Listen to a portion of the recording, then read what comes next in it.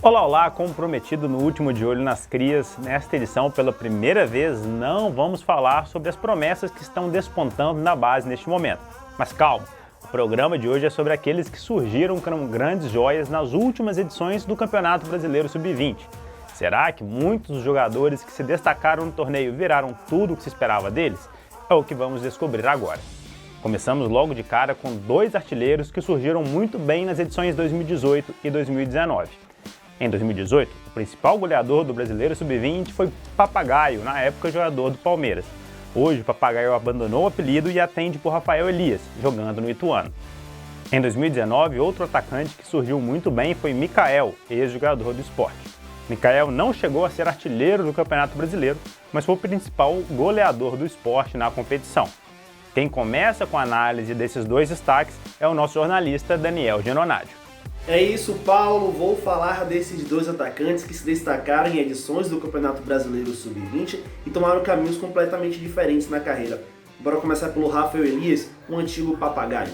Rafael Elias era o grande fenômeno da base do Palmeiras, principalmente por conta do seu desempenho em 2018, quando ele marcou absurdos 35 gols em 44 jogos. No mesmo ano, ele marcou seu primeiro gol como jogador profissional e tudo levava a crer que o Rafael Elias iria deslanchar, mas isso não foi o que aconteceu. O atacante não conseguiu ter espaço no Verdão e acabou sendo emprestado ao Atlético Mineiro, Goiás e Cuiabá, também sem ter tanto sucesso. Então chegou 2022 e aos 23 anos, Rafael Elias começa a viver o seu primeiro grande momento como jogador profissional. Ele é titular absoluto do Ituano e já marcou seus gols por Campeonato Paulista e Série B. E Paulo, outro nome da nossa lista é Mikael. Mikael foi o grande jogador do Sport no Campeonato Brasileiro Sub-20 de 2019, quando ele marcou 7 gols. Ele também acabou sendo emprestado para ganhar rodagem, passou ali por América de Pernambuco e Confiança. Em 2021, ele retornou ao Leão Pernambucano para ser um jogador que iria compor elenco, mas acabou crescendo, se destacando e acabou sendo o grande artilheiro do Sport no Brasileirão. Ao todo, ele marcou 15 gols no ano, em desempenho que o levou ao Salernitana da Itália.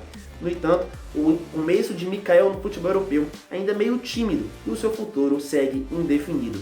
É isso, Paulo. Esses são os meus destaques de hoje. Volto com você. Muito obrigado, Daniel. Seguimos agora no setor de ataque para falar de dois jogadores que vêm do Fluminense e que servem como bom exemplo do grande potencial das Laranjeiras. O primeiro nome é o de Evanilson, que foi artilheiro da edição 2019 do Campeonato Brasileiro Sub-20. Hoje o atacante está em Portugal, onde joga no Porto e foi campeão nacional nesta temporada. Pouco depois da saída de Evanilson, quem surgiu muito bem na base do Flu como destaque ofensivo foi John Kennedy, hoje com 20 anos. John Kennedy foi vice-artilheiro da edição seguinte a que Evanilson se destacou, mas hoje ainda busca um lugar no time principal do Fluminense. Convidado para falar desses dois destaques é o editor de O Gol, Eduardo Massa. Olá, Paulo! Xerém tem se especializado mesmo em revelar grandes talentos para o ataque. Dois deles foram destaque recentemente no Brasileirão Sub-20. Vou começar por falar de Evanilson, artilheiro de 2019. Foram 15 gols em 18 jogos. Evanilson teve que batalhar pelo seu espaço no Fluminense. Ele não estava no topo da lista dos talentos da base do clube. Pelo contrário, ele viu Marcos Paulo e João Pedro se destacarem no profissional antes dele, e os dois são mais novos. Evanilson foi lá, batalhou e em 2020, quando teve sequência, ele agarrou a oportunidade. Evanilson é um atacante de muita movimentação, muita disposição, um atacante de raça, técnica e gol. Não demorou muito para ele ir para a Europa. Ele foi negociado com o Porto e teve que dar aquele salto, aquele passo para trás. Primeiro jogou no time B do Porto, depois sofreu com críticas na primeira temporada, com atuações não tão boas, mas na segunda temporada se estabilizou e é um dos destaques da equipe, hoje campeã portuguesa. Evanilson, inclusive, fez com que o torcedor do Porto não sentisse tanta falta de Luiz Dias, que foi para o Liverpool. John Kennedy já é um caso diferente, ele sempre foi um grande talento na base do Fluminense. No Sub-17 já era destaque, pulou para o Sub-20, foi vice-artilheiro do Brasileiro Sub-20 em 2020. Ele fez 11 gols em 14 jogos e todo mundo esperava muito dele e ainda espera. O problema é, a transição é sempre difícil. John Kennedy teve que passar por problemas de Covid, de lesões, hoje está afastado inclusive por lesão, mas o que preocupa dentro das Laranjeiras são os casos de indisciplina recorrentes. Recentemente ele foi notícia por ter o seu carro apreendido com drogas, o carro estava emprestado a amigos, tá? John Kennedy ainda busca seu espaço nessa sempre difícil transição profissional. Enquanto isso, a fábrica de Xerém continua trabalhando e não se surpreendam se surgir logo um novo nome com destaque para o ataque. Tá certo, Eduardo. Saindo agora do ataque, vamos para o setor defensivo com 2 destaques, um do Corinthians, outro do Atlético Paranaense.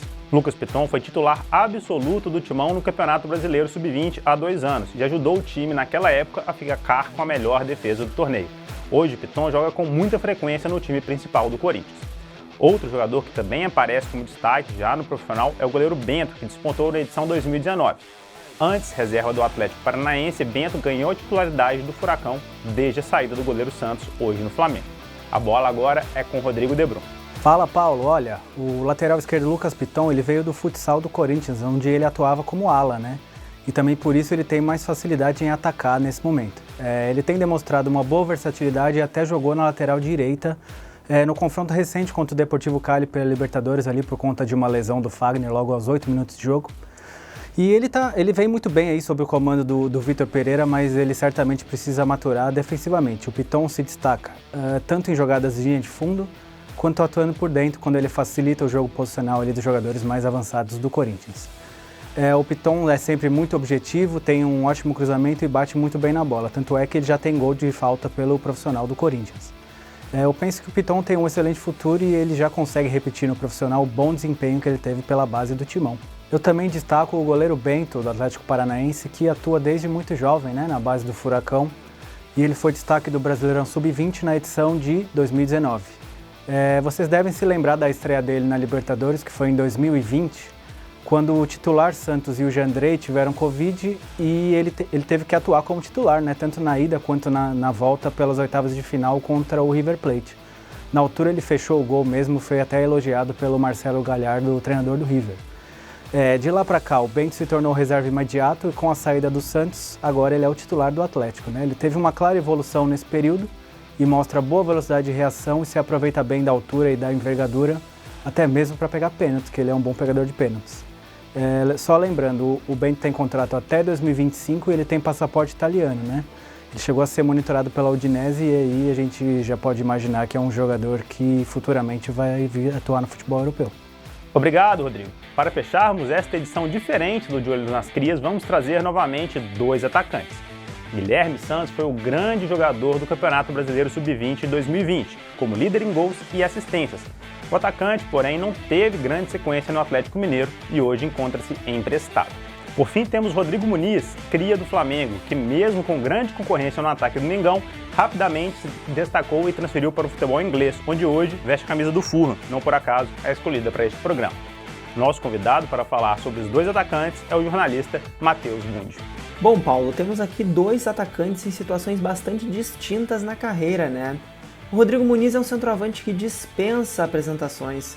O jogador foi destaque nas categorias de base do Flamengo em 2019 e 2020 e rapidamente em 2021 assumiu um posto importante com as saídas de Gabigol e Pedro, ausentes naquele momento, e embalou 9 gols em 25 jogos pelo rubro-negro. Não preciso nem dizer que a Europa já estava de olho nele, né? O Fulham veio lá de Londres e desembolsou 50 milhões de reais pelo centroavante rubro-negro. O jogador rapidamente se adaptou ao futebol inglês, foi reserva, é verdade, de Mitrovic na campanha da Championship, do título inclusive da segunda divisão inglesa, e conseguiu devolver o Fulham à Premier League. Claro, o Rodrigo Muniz é um jovem, tem 21 anos apenas, mas é um jogador de muito futuro. Por outro lado, a gente tem o caso também do Guilherme Santos, atacante de destaque do Atlético Mineiro no Brasileirão Sub-20 de 2020, torneio do qual o Atlético Mineiro acabou campeão, e teve em Guilherme Santos o seu principal jogador. Guilherme Santos foi autor de 13 gols e distribuiu 7 assistências no torneio, sendo o grande nome daquela temporada. Era cercado de expectativa e, claro, todo mundo pensava que era questão de tempo até ele se juntar ao time principal do Galo. Mas não foi assim que aconteceu. O Guilherme Santos rodou por alguns clubes, foi emprestado e hoje atua pelo Red Bull Bragantino na categoria Sub-23. Mas Paulo, vou te falar, o Guilherme Santos é um jogador de muita qualidade, um ponteira direita e esquerda, um jogador muito versátil ali na frente, que eu acho que a gente ainda vai ver essa canhotinha dele brilhar muito no Brasil e quem sabe até no mundo. Muito obrigado, Matheus. Agora, com o aquecimento do Brasileiro Sub-20 concluído, nós já estamos prontos para observar as joias que vão despontar, certamente, nesta edição de 2022.